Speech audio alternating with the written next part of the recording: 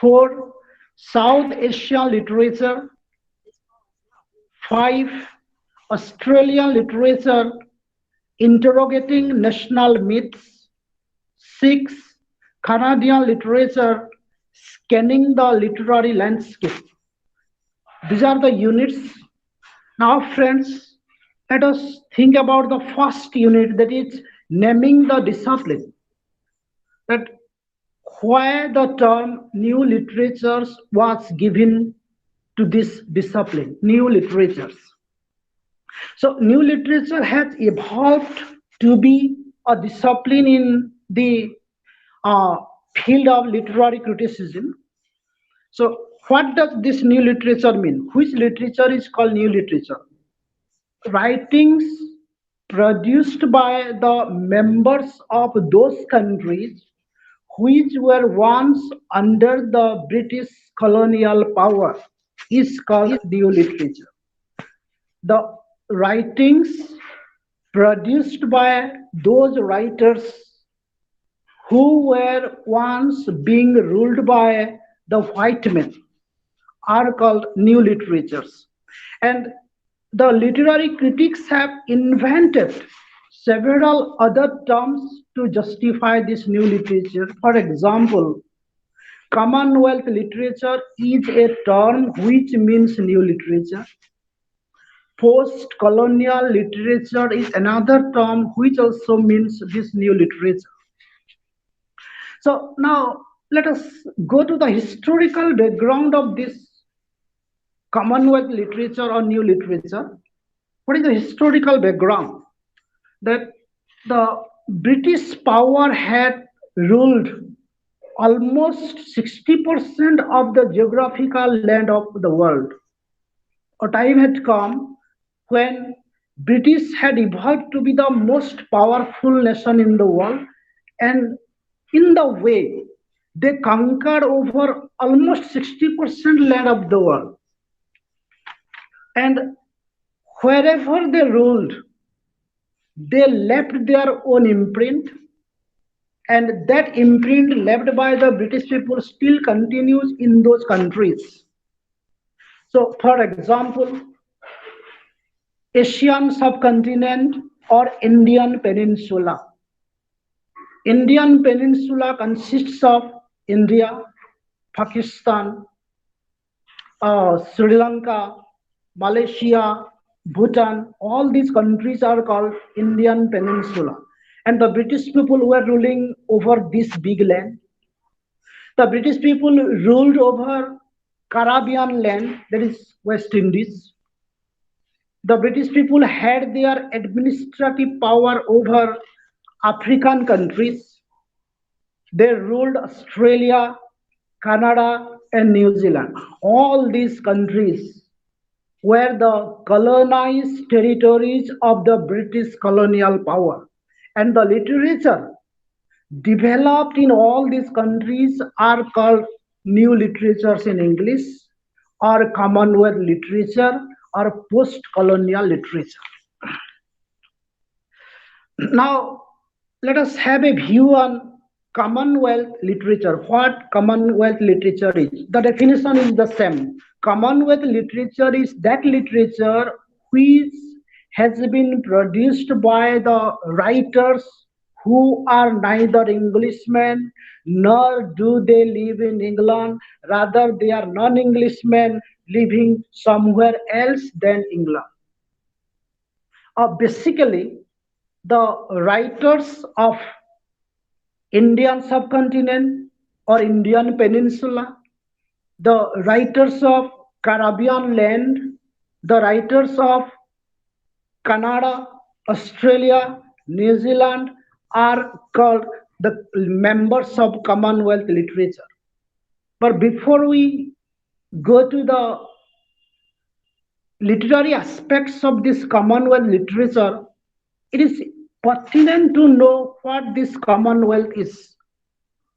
There is a non-government political organization called Commonwealth of Nations. Commonwealth of Nations is a non-government political organization which was created with the help of 54 nations, and all these 54 nations were the colonized territories of the British Empire. So the main objective of Commonwealth of Nations was to share the cultural variations found in different nations among these 54 countries. For example, India bristles with variations of culture. Go to West Indies, countless number of cultural ingredients are there. The main objective of Commonwealth of Nations was to share, to intermix these cultural ingredients which were found in different nations. The second objective was to share developmental activities connected with science and commerce. So anyhow, with some pragmatic objectives, Commonwealth of Nations had been formed, but gradually it was found that the countries which were under this Commonwealth of Nations, they developed a natural liking towards writing a different type of literature. And in this way, Commonwealth literature started growing. Now, let us know about salient features of this Commonwealth literature. What ingredients are there that make this literature quite different from the British literature or American literature? Another important thing, that it may be a historical blunder that if India is coming under Commonwealth, if Australia is coming under Commonwealth, if Nigeria, Kenya, Uganda, Pakistan, Malaysia, if all these countries are coming Commonwealth, why not USA? Why not America? America does not come under Commonwealth countries, though America had been initially ruled by the white men. Its reason is only political power and prosperity.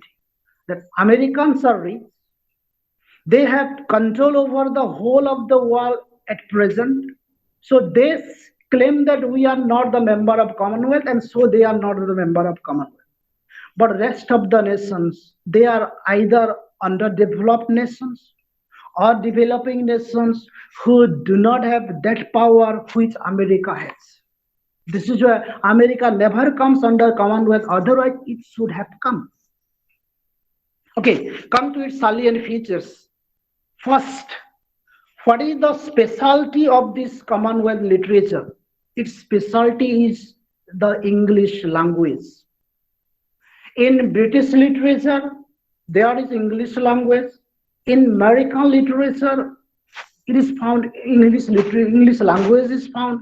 In Commonwealth literature also, there is English language.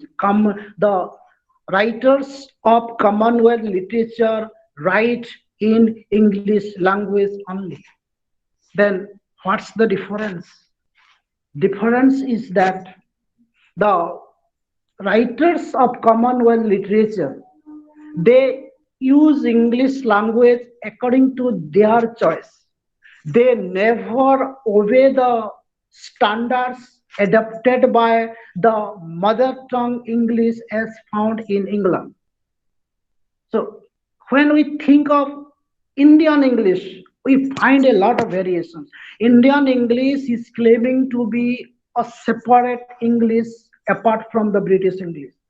If we go into the grammatical technicalities between English language and Indian English language, we shall find variations, especially in the field of pronunciation. So in this way, the literary persons of Commonwealth literature, they used English language according to their own choice. They did not obey the standard norms prescribed by the British English. This was the first point of Commonwealth literature. Second point was that Commonwealth literature can be studied on two levels. Level 1, Commonwealth literature written in Australia, Canada, and New Zealand is different from that written in the rest of Commonwealth nations. because in Australia, Canada, and New Zealand, English is the mother tongue.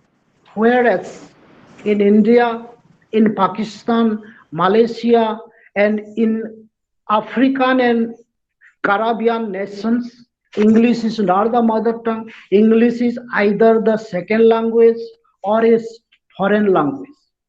So the Commonwealth literature produced in the countries with English as mother tongue shows a lot of liking towards the British literature, but the literature produced in the nations where English is a foreign language does not show any liking towards British literature.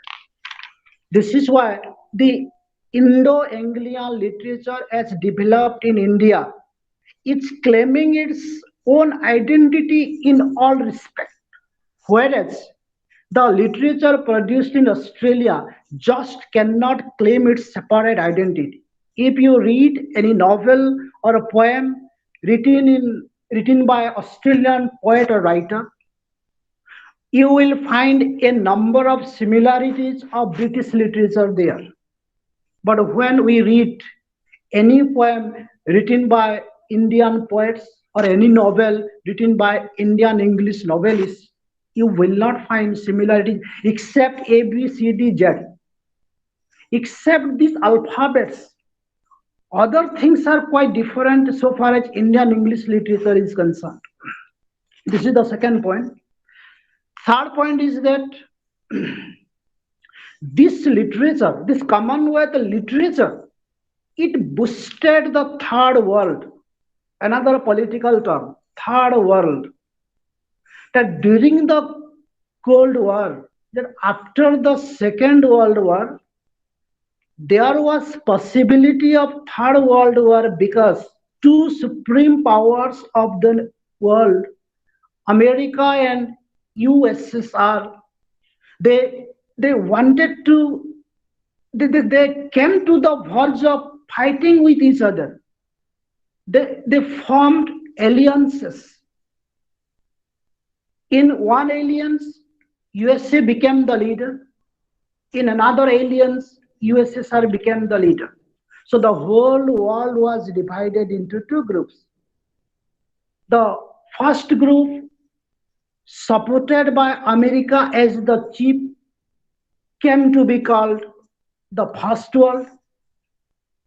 The second group, supported by USSR, came to be called the Second World. Then what was the Third World? Third World consisted of those nations which supported neither America nor USSR.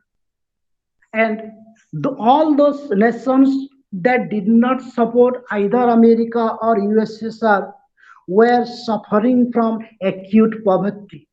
Social crises were there, economic problem was there, cultural crisis was there. So they just did not consolidate their political power to support any group. They struggled among themselves to sustain themselves.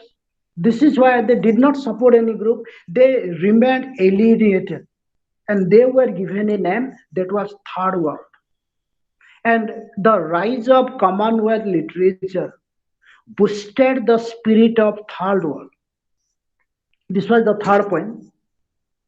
Fourth point was what inspired this rise of Commonwealth literature? Who were the main inspirers or what was the source of inspiration? That the English colonial power itself was the source of inspiration. Sometimes it happens, suppose I'm citing an example, there are two wrestlers fighting with each other on a stage. The audience is watching. Half of the audience is supporting wrestler number one. Half of the audience is supporting wrestler number two. In such a case, both the wrestlers are getting inspiration from both the parties.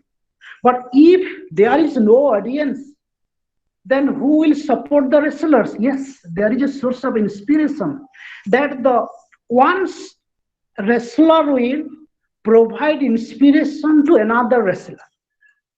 That wrestler will receive the inspiration from his opponent, that I will defeat my enemy. I am getting inspiration from it. And that ideology was truly applicable to the rise of Commonwealth literature.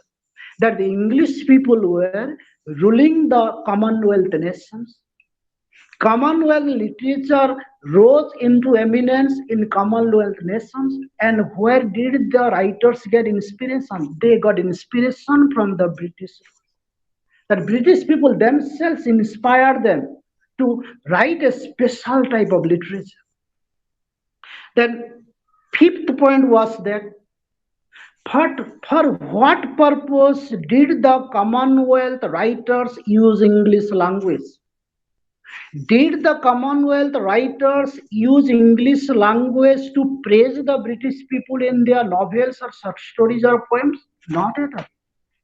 The Commonwealth writers used English language not to praise the British people, not to praise the British culture, but to praise their own people, praise their own culture.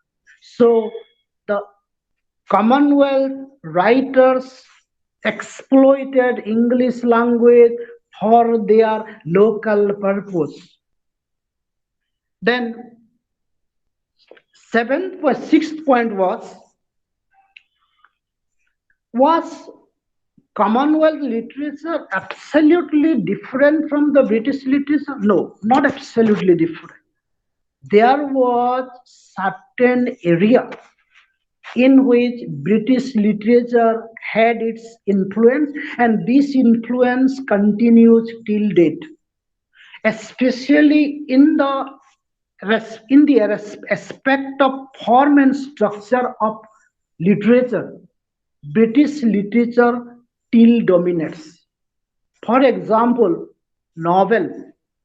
Where did the idea of novel come from? It came from British literature. Then lyric, sonnet, ballad, these are the forms of poems. Where were these forms brought from? Definitely from British literature. Now in India, the English poets of India, they write ballads, they write sonnets, they write odes, they write elegies.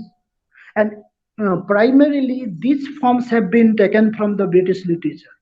Then novel, short story, biography. That so far as Indian literature is concerned, there is nothing called short story, there is nothing called prose or essay or novel. In India, there is nothing.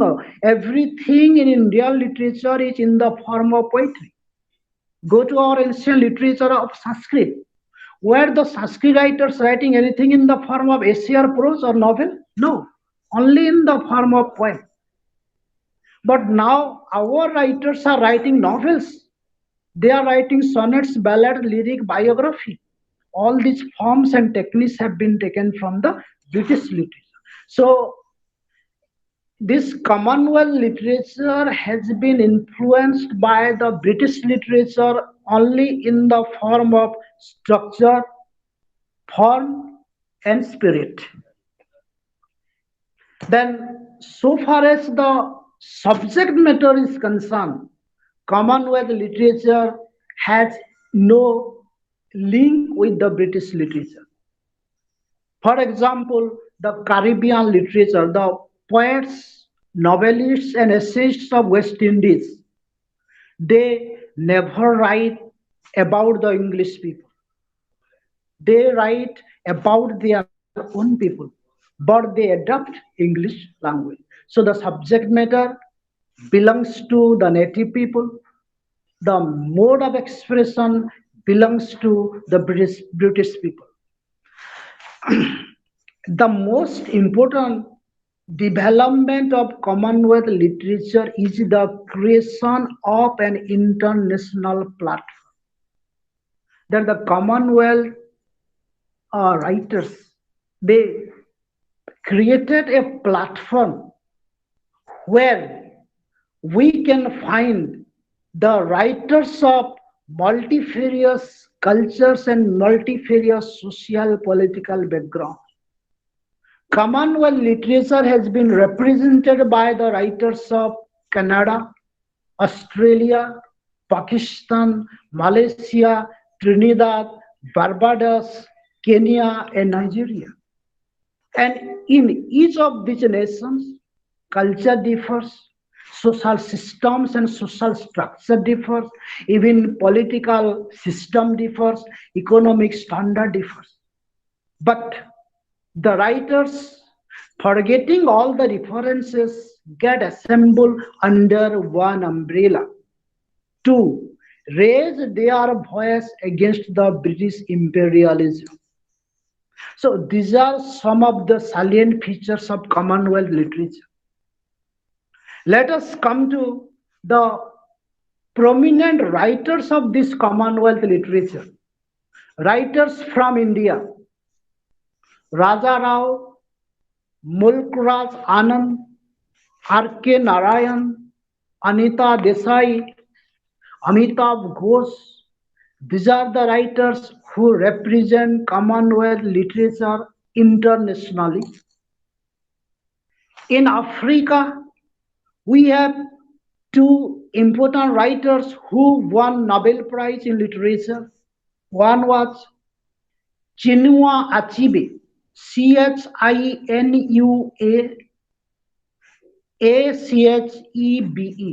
Chinua Achebe, and Ole Soyinka, Ole Soyinka, Soyinka, Ole Soyinka. They have won Nobel Prize in Literature. They represent Africa. Sri Lanka has been represented by the most famous cartoonist and philosopher and geologist, that is Anand Kumaraswamy. Anand Kumaraswamy, Coomara, Kumara, Coomara Kumaraswamy. Anand Kumaraswamy represents Sri Lanka to the platform of Commonwealth literature. In Australia, we have another Nobel laureate, that is Patrick White, Patrick White, Patrick White. In Canadian literature, the often quoted name is Morley Callaghan, Morley Morley Callaghan, Callaghan, Morley Callaghan. These writers prospered and popularized Commonwealth literature in their own country. Now come to the other aspect of Commonwealth literature, or other nomenclature of Commonwealth literature, that is post-colonial literature. Post-colonial literature. May I please know what may be the opposite word of post-colonial? And to me, it is pre-colonial or colonial. It will be better to say the word colonial, post-colonial. But there is nothing called colonial literature. Literature is added to the word post-colonial only in the post-independent period of Commonwealth nations. Post-colonial literature that developed among the nations under Commonwealth world. It has also the same salient features as has the Commonwealth literature, but with some differences can be marked. Anyway, the first feature of post-colonial literature is that post-colonial writers, they appropriate the English language. Please remember the word appropriate. Appropriate. Appropriate. Appropriate is not an adjective here, it is a main verb. Appropriate. A very beautiful term. Appropriate means to use a thing without the permission of the owner. That the owner will not give you the permission to use that thing, but you will use it. That is called appropriate. That the post-colonial writers, they appropriated the English language without the permission of the master of English language, that is English people. So when you use a thing of another person, there are two possibilities. One possibility is that company Kamal Darya medal, that it is not my thing. Let me use it as I like. Let it get broken. I don't mind. I don't care. This is one thing. Another thing is that, oh no, I have taken it from my friend. If I misuse it, it may get broken. My friend will be angry with me. I should not do like this. So when English was seized by the Commonwealth writer, I am using the word siege, to take away by force. When English was seized by the Commonwealth writers, what considerations came to their mind? Did they consider English language sympathetically, or did they consider English language heartlessly? Yes, they considered English language heartlessly. The post-colonial writers did not consider English language sympathetically. They simply distorted English language, distort, to twist and break. The Commonwealth writers, sorry, I made the mistake. The post-colonial writers distorted English language. They manipulated it. Manipulate means to use something for your own purpose. They manipulated English language. This is why when we open the book of Rajarao, Mulkraj Anand, R.K. Narayan, Manoj Das, we find a number of Desi words, Desi phrases.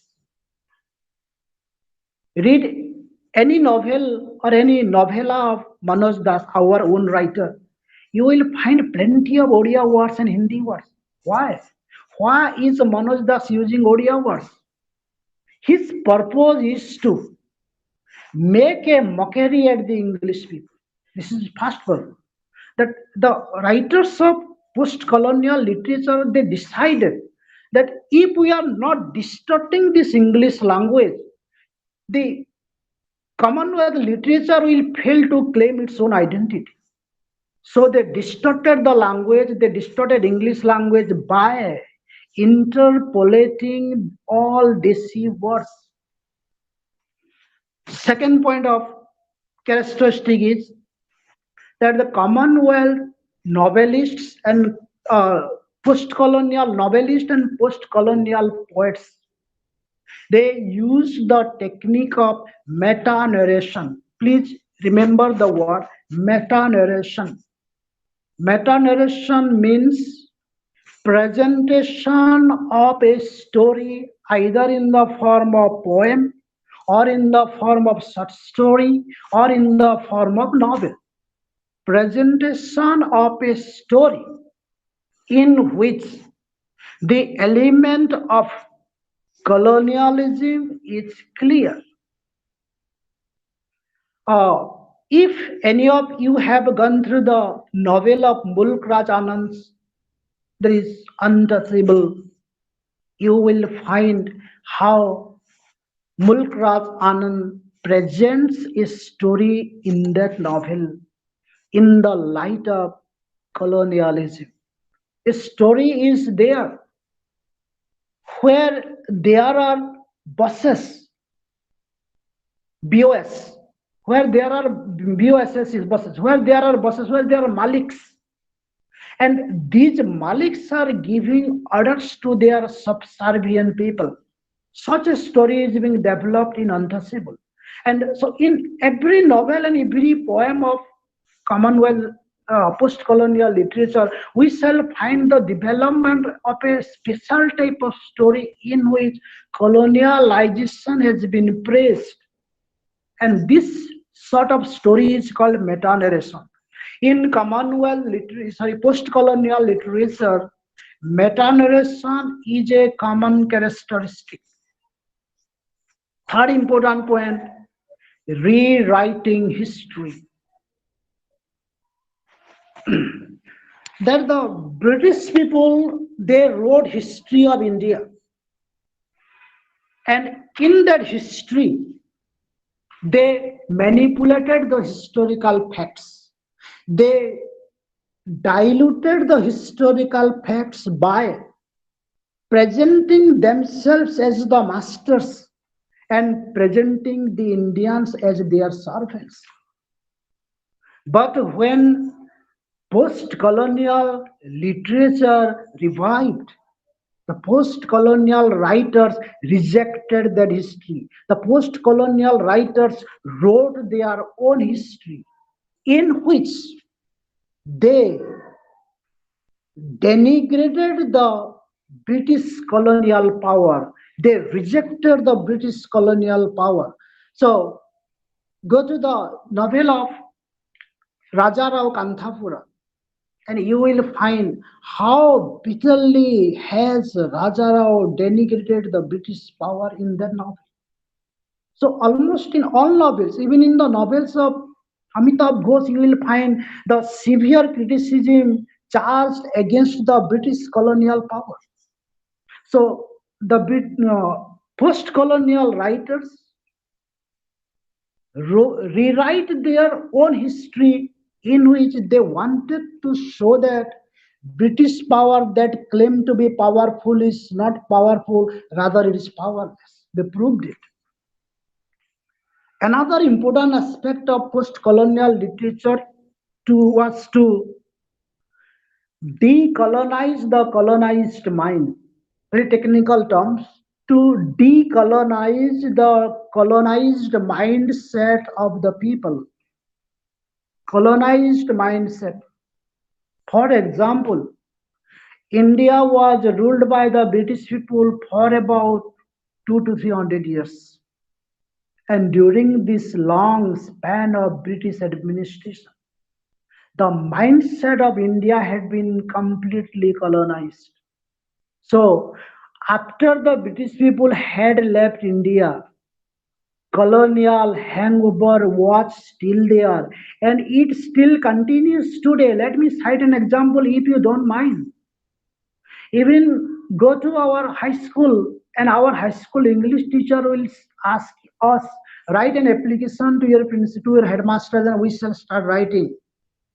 Respected sir, with due respect and humble submission, I beg to state the following few lines for your kind consideration. Why all this nonsense? This is colonial spirit. This colonial spirit still goes in India. But the post-colonial writers, they wanted to decolonize this colonial mindset, the Indian people, through their writing. Last important point of post-colonial literature was burning the nationalistic spirit among the people. And the best example in nationalism was Kandhapura of Rajarao. If you have not read this novel, my friends, get time to read it. Very powerful novel. This novel is full of nationalistic spirit. Even in the novels of in the short stories of R.K. Narayan has hinted this nationalistic spirit. Go through the short stories of Manoj Das, you will find how national heroes have been either directly presented or indirectly presented in his stories. And Mulk Raj Anand is the finest example of nationalism. So nationalism was a very prominent characteristic of post-colonial literature. So this much is about the first unit of block one. Now come to the second unit. That is African literature. This is the title of the second unit. African literature, colon mark, culture and post-nationalist politics. Culture and post-nationalist politics in Kenya and Nigeria. So this chapter puts focus on African literature with special references to the Kenyan and Nigerian literature because it was in Kenya and Nigeria that most of the literary activities were done. So the literature of Kenya and Nigeria represent African literature. Let me summarize the historical background of Kenya. Kenya came under the British colonial power in the year 1920. That India got freedom in 1947, that is after 27 years. Anyway, in the year 1920, Kenya became a colonized territory of the British people. And in the year 1952, the Kenyan political leaders organized a freedom struggle and they gave a local name to this freedom struggle, and the name was Mau Mau. MAU, MAU. Mau Mau was the name of the freedom struggle organized by the Kenyan political leaders in the year 1952. This Mau Mau freedom struggle continued in Kenya up to 1960. And the British power had to succumb to the pressure of Mau Mau. And in the year 1963, Kenya was declared free. Then English was recognized as the official language in Kenya after its independence. Anyway, after 6 years of independence, that is in the year 1969, the Kenyan people thought that why English should be the official language in Kenya, not why our own language. This is why another movement started. And as a consequence of this movement, Swahili was declared as the official language. The national language of Kenya is Swahili. Swahili. Swahili. So in the year 1969, Kenya adopted Swahili as her own national language, official language, substituting the English language. This is the political history of Kenya. Now let us know about Nigerian political history. Nigeria came under the sway, sway of the British power towards the end of 19th century. Freedom struggle went there. And it was not before 1960 that Nigeria got freedom. So in this year, Nigeria got freedom. So by the year 1960, it was discovered that there were more than 400 languages prevailed in Nigeria, such a small country with such a huge number of languages. 400 small languages. And English language had dominated all these 400 languages. English had become the official language in Nigeria also. But the Nigerian people were not at peace. They in their hearts they wanted, why not any of our own languages? Why this English language should be the prominent language?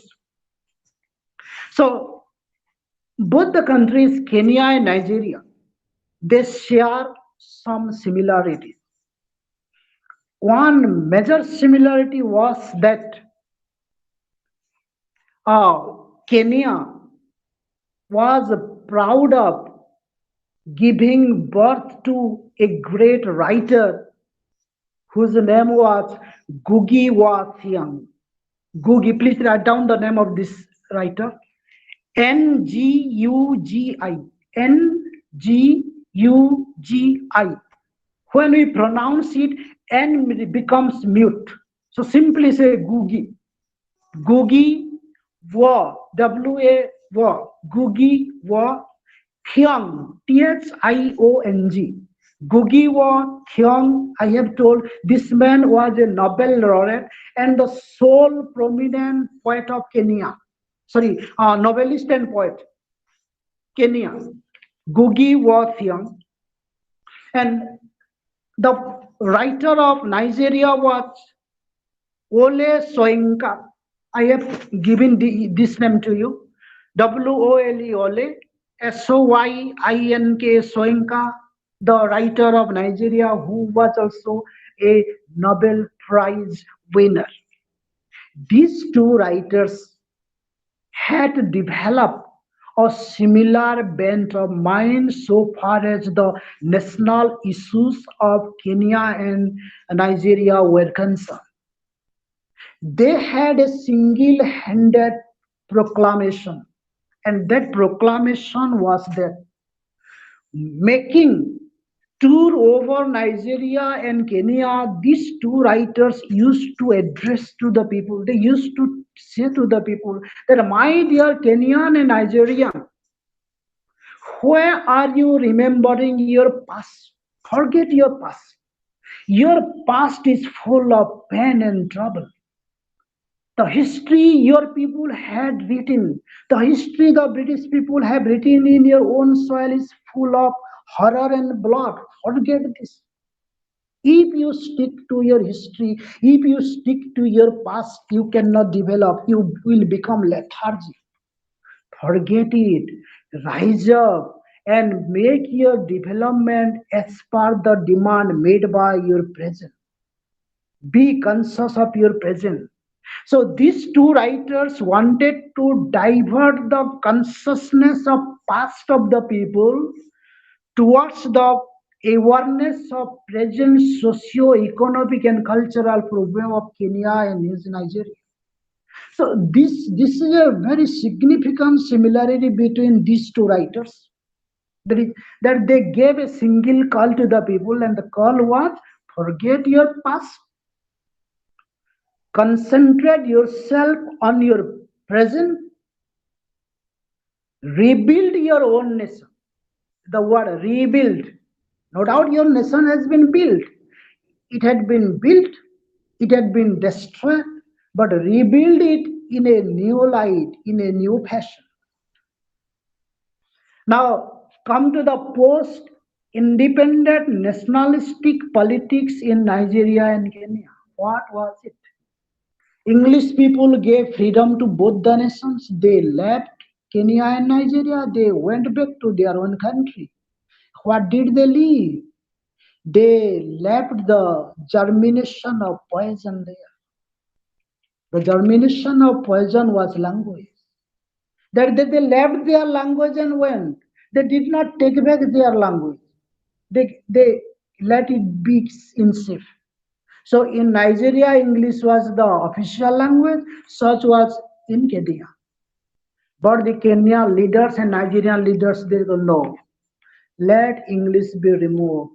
But the British power was still there. British had domination. Even though they were not ruling over these two nations, they were working as remote control from their own nations. They claim, no, you cannot remove English as the national language from your scheme. But the Kenyan and Nigerian leaders, they struggled. Movement started. So as movement went on, a middle way was adopted. The British people told all my friends, if you do not want to accept English to be the official language, please accept English to be the medium of instruction in your secondary level schools.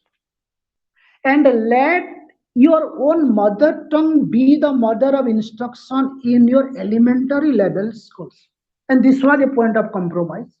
And since then, the local language in Kenya is acting as the mother of instruction in elementary level schools.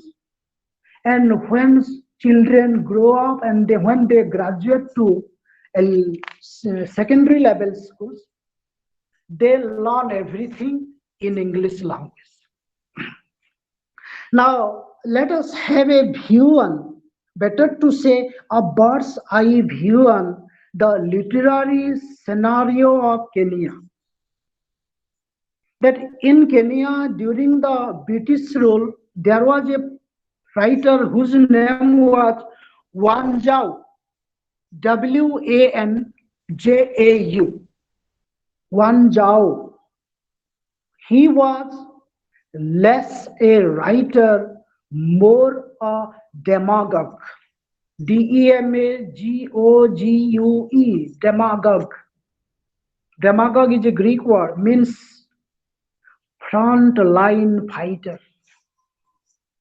Wanjau was a front line fighter in Kenya. When the British people told the people of Kenya that you just cannot challenge the position of English language in your Kenya, Wanjau was the first man to challenge. He told, "Let me write everything in Kikuyu." Write the word, please. Kikuyu. Kikuyu. Kikuyu is the national language of Kenya. This man Wanjao started writing in Kikuyu language. The moment his books were published in Kikuyu language, the British people jailed him on the ground that Wanjao was trying to defame English language. Defame. Wanzhou got that jail for many years, but from inside jail he started writing in Kikyo language. And after his death, Gugui was young, accepted Wanzhou as his mentor, as his guru. And Gugui again started writing in Kikyo language. And at that time, Kenya had already got freedom. English people could not jail him, but they inflicted all sorts of harassment on him, social, cultural, and political harassment. He was harassed to such an extent that he was bound to leave writing in Kikyu language. Rather, he switched over to English language. He started writing in English language.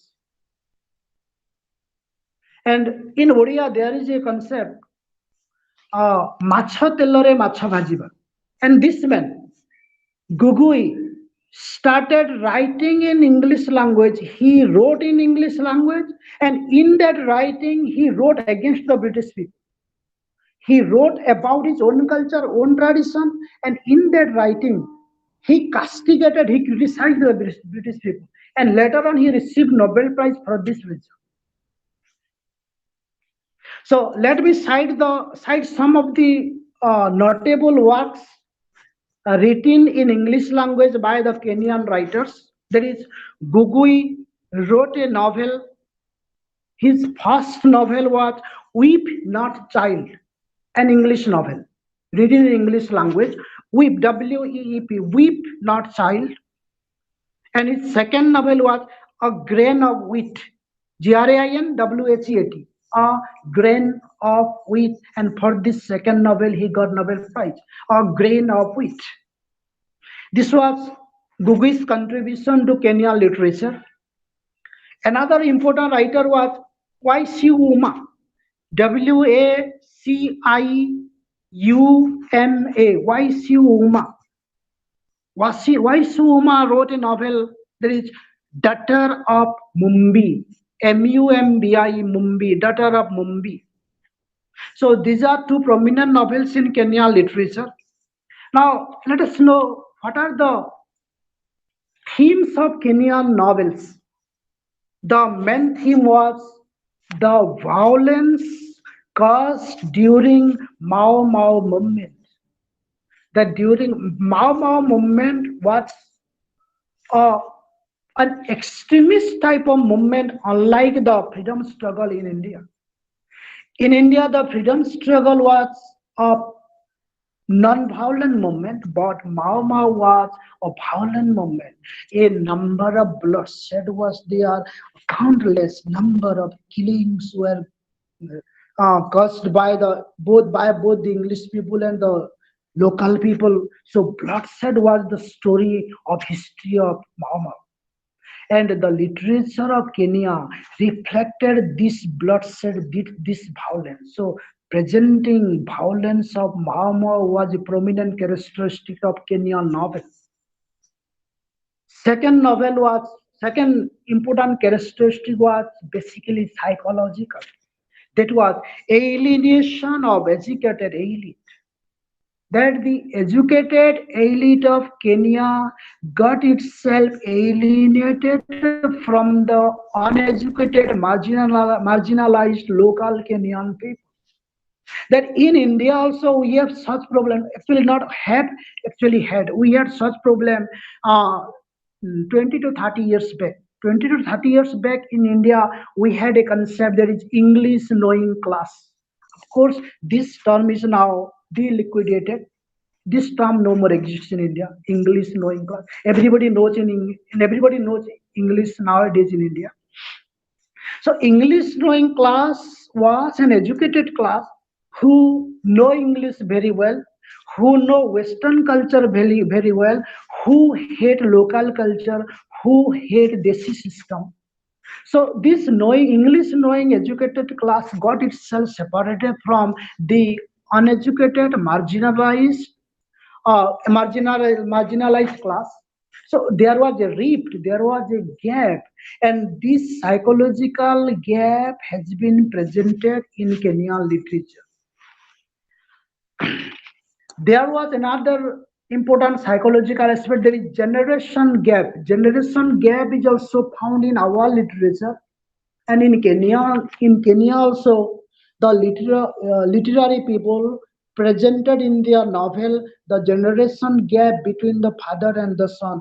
Father represents one generation, son represents another generation. When father and son assemble on one platform, they have differences in discussion, differences in ideology, differences in activities. And this gap is clearly presented in Kenya literature.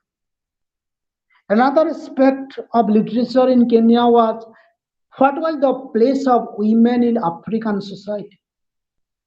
That for centuries together, African women were kept under subjugation not only by the British people but by their own people. Feminism did not work there. The women were confined to their houses, they were confined to serving the male, preparing food, taking care of their children, and producing children. Beyond this, they did not have any other work. But after freedom, with rise of consciousness of women, with the rise of level of their education, they shrugged off their old-fashioned way of living. They came forward participating in social and economic activities. And this new women was very well represented by the Kenyan novelists. So when novel was flourishing in Kenya, in the neighboring state Nigeria, something else was developing, and that was theater. Theater was developing in Nigeria. My friends, we are beyond five, I think. There may be some other classes, so I am bound to leave you. I do not know how far am I convincing to you, but it is not possible to cover all the units in just 1 hour. So I think whatever I told you may be useful to you in your preparation for the examination. Thank you, my friends. We shall meet again. Thank you, Okay. sir. Thank you very much. So any questions from the Okay. students? If anyone has any question, they can ask now. Otherwise, we'll end the meeting.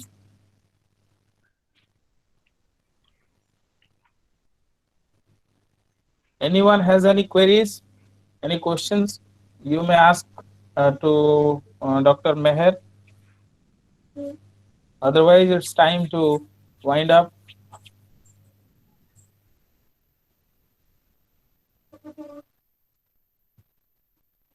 No, sir, no questions. So thank you very much. Okay. So we'll stop the recording.